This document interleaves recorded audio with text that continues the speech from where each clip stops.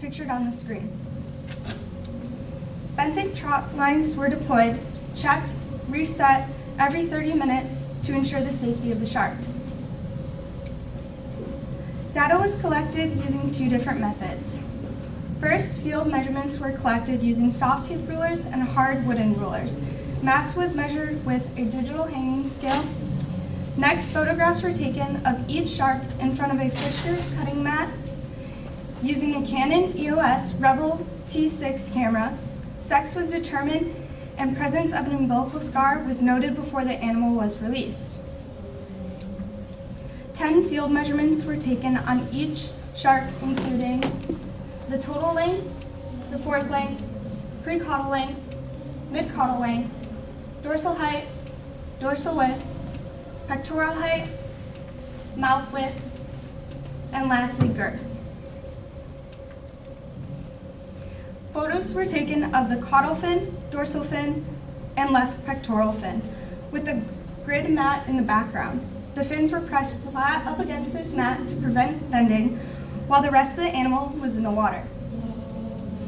Each square on the grid mat was exactly 2.45 centimeters across. Photos were then analyzed in Image J.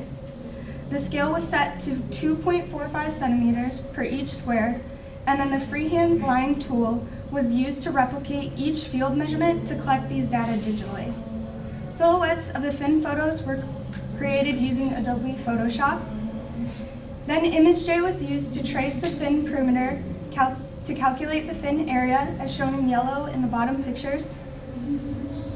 Each of these measurements, both linear measurements and fin area, were collected in replicates of 10 to account for measurement error. The two graphs are comparing the different methods of measurement collection of the dorsal height and dorsal width. On the y-axis of the graphs, we have different measurements of the dorsal fin in centimeters, with the field in the left-hand column and Image J on the right-hand column. When comparing the field and digital measurements of the dorsal fin, there was no significant difference. We also found that there was no significant difference in measurements between field and digital data collected for the pectoral and caudal fin, which tells us that the field measurements were accurate, but also shows the potential for only using photogrammetry data.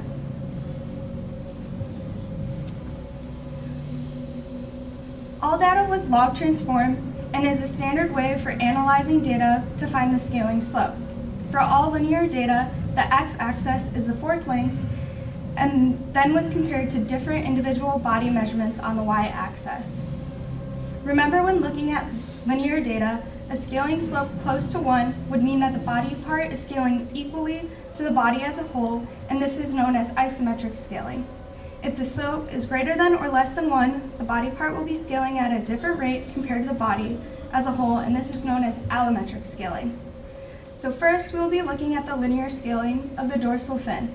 If you look at the graph on the left, the dorsal height has a slope of 1.30 and will scale allometrically, while the graph on the right is the dorsal width and has a slope of 0.92 and will scale isometrically with the body.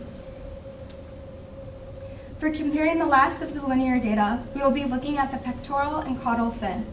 The graph on the left is the pectoral height and has a slope of 0.45 and scales allometrically, while the graph on the right is the mid-caudal length and has a slope of 0.72. Both the pectoral height and mid-caudal length have a slope of less than 1 and are scaling allometrically. For all area data, the x-axis is the pre-caudal length and is compared to different individual body measurements on the y-axis. Remember that for area data, you have to compare the scaling slope to a value of 2. So for the graph on the left, the area of the dorsal fin has a slope less than 2 and will scale allometrically, while the pectoral area on the right also has a slope of less than 2 and will scale allometrically as well. Lastly, we will look at the caudal fin slope, which is 1.48, and again has a slope of less than 2, so the caudal fin will scale allometrically.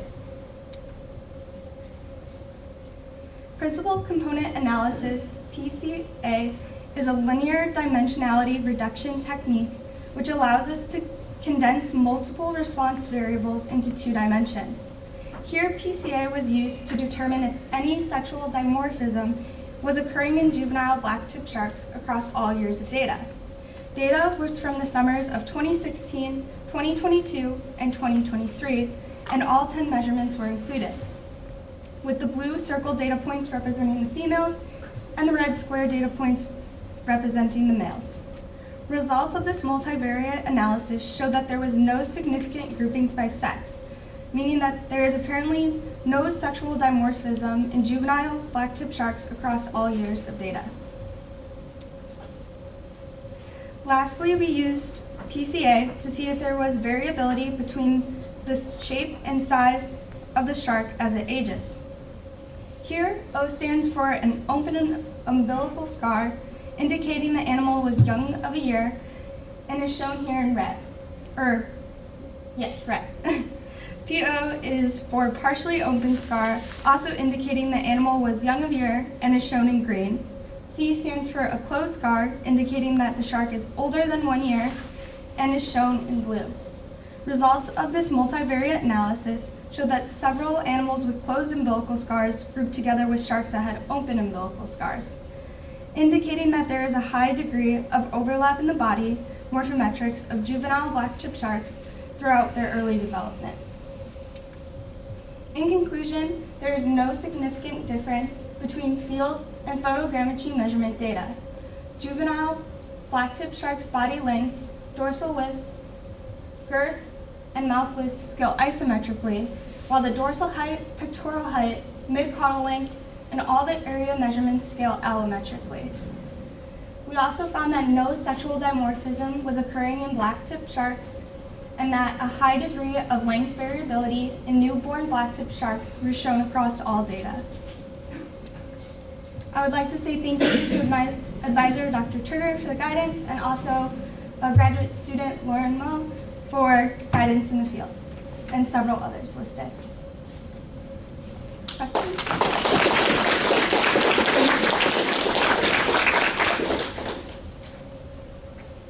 Any questions? Yeah. Do you remember the actual values of ranges for the open and closed umbilical scars?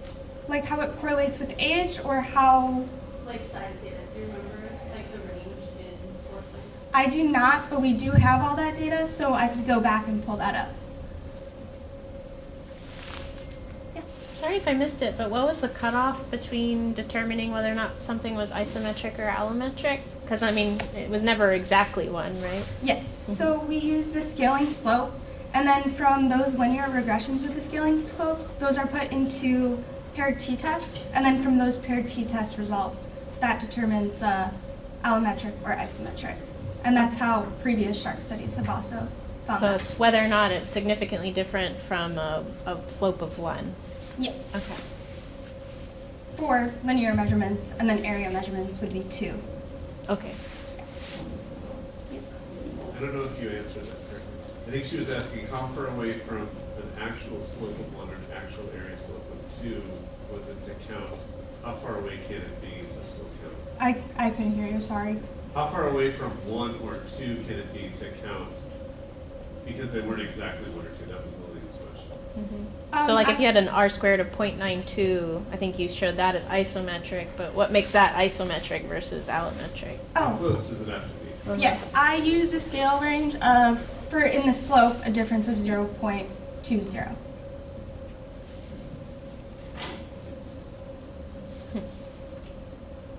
Any other questions? So how can this information be used in shark management? For management, well, how can it be used for sharks in general? We Yeah. learned that with different types of scaling. So in other sharks, it's been found that the caudal fin can vary on crazy amounts of levels. So, and that determines their locomotion ability and like how fast they swim or how fast they don't swim and how well they're able to maneuver in a reef. So I guess just having a better understanding of that in general would help us with management, but what exactly, I'm not sure.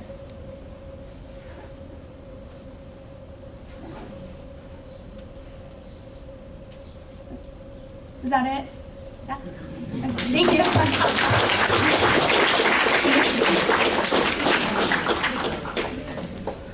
You're definitely more courageous to be researching sharks than I am.